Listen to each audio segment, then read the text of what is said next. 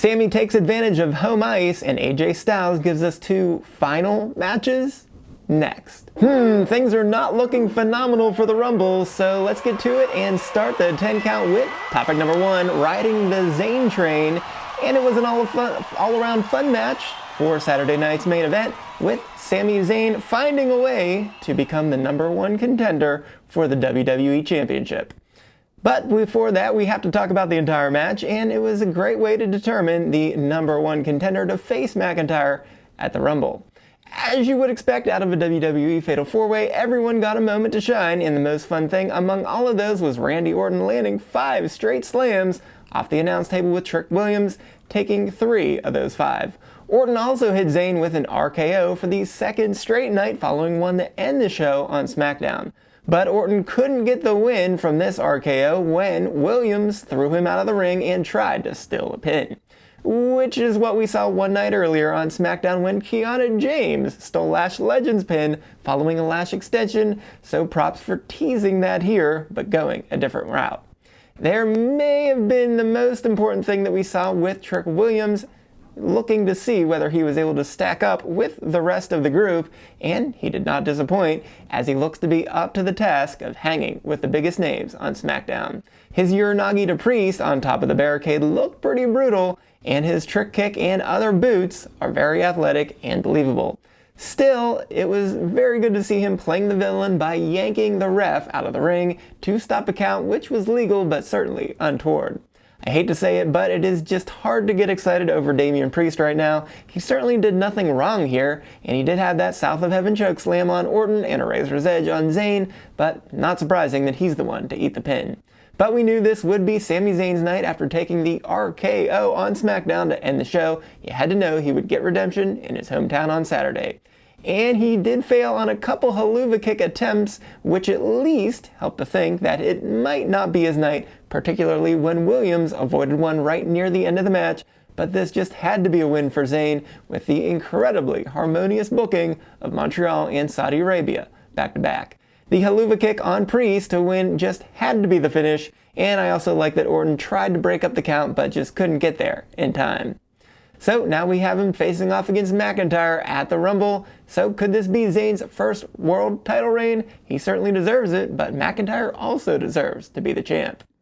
Topic number 2, one last Styles clash, because we found out that AJ Styles was invited to SmackDown to see if he would accept Shinsuke Nakamura's challenge for a match at Saturday night's main event, and of course he accepted, and that made me think of 2 things. First, in 2018, when Nakamura won the Rumble but couldn't get over the top, and ultimately never beat Styles for the WWE title, including losing at WrestleMania 39.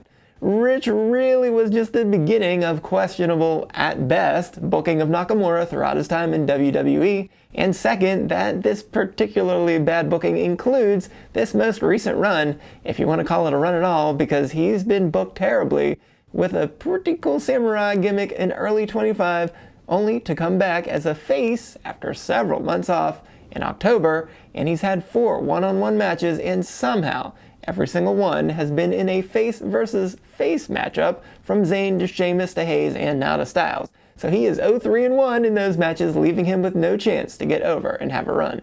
There were a couple rough moments in this match, most notably early on when Nakamura kicked Styles in the ribs, which truly seemed to hurt him. Then Styles returned the favor a bit later, as it appeared that Nakamura was trying to slide underneath Styles, but Styles crushed Nakamura with a big knee to the face instead.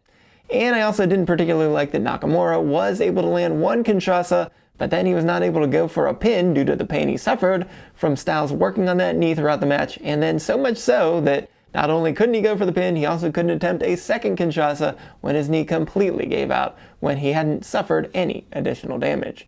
I think I would have liked to see this one end with a tap out due to that emphasis on the knee, but hey, you can never go truly wrong with a phenomenal forearm and a Styles clash. But that wasn't all, because he managed to get himself a World Heavyweight Championship match after kicking off Raw, after saying he wants one more run with the title. And I gotta tell you, this was a little bit lethargic for 2 elder statesmen going at it. Even with the GTS on the floor, that was a bit awkward because Punk started to pick Styles up to throw him in the ring, only to decide to let Styles lay there instead. Of course, Styles was able to land a Styles clash, but we all knew a kick out was coming there. That's why they should have stuck with the original suggestion that Styles made to make this a #1 contenders match that I guess was conditional on his win against Gunther, because at least we could have potentially seen a Styles win. Instead, we had to know that shenanigans would be coming as Finn Balor wiped out CM Punk. That said, thank goodness we moved past that potential face turn from Balor quickly, as it would just not make any sense if the entire Judgment Day turned face, or a split left Liv and Dom as the heels, or something strange like Balor just leaving the group and going over to SmackDown. So I hope Punk takes a few weeks off here before we get one more Punk-Balor title match. But speaking of the Judgment Day, topic number 3, all rise for Rhiyo, as Rhiyo picked up their first successful tag team title defense in what was a very fun match. Let me just say that Liv Morgan is the glue that holds everything together. I can't say enough how important she is, and to have her back and at full strength. She did lose this particular match, but she was the star to me with the 3 amigos, a top rope code breaker, and what Barrett called a spinning crucifix bomb. Great stuff.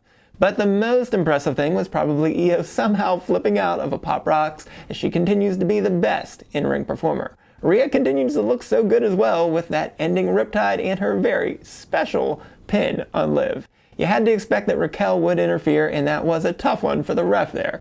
But the real news was Stephanie's return, because she didn't look hampered at all by her injured foot, even hitting Raquel with a super kick to get them right into the crowd. And I definitely look forward to seeing their title match, but it was a little interesting to see Stephanie seem to re-aggravate that injury, but I guess the backstage brawl quelled those concerns. Topic number 4, a Montreal Melee, because this was a very tough match to call in doing the betting Saturday night's main event video, as neither Jacob Fatu nor Cody Rhodes really could afford a loss right now, especially going into the Rumble. And I'm glad I said I expected a no contest, but we didn't even get to that, as there was no match at all. Nope, instead we never got started with Fatu attacking Rhodes during his intro.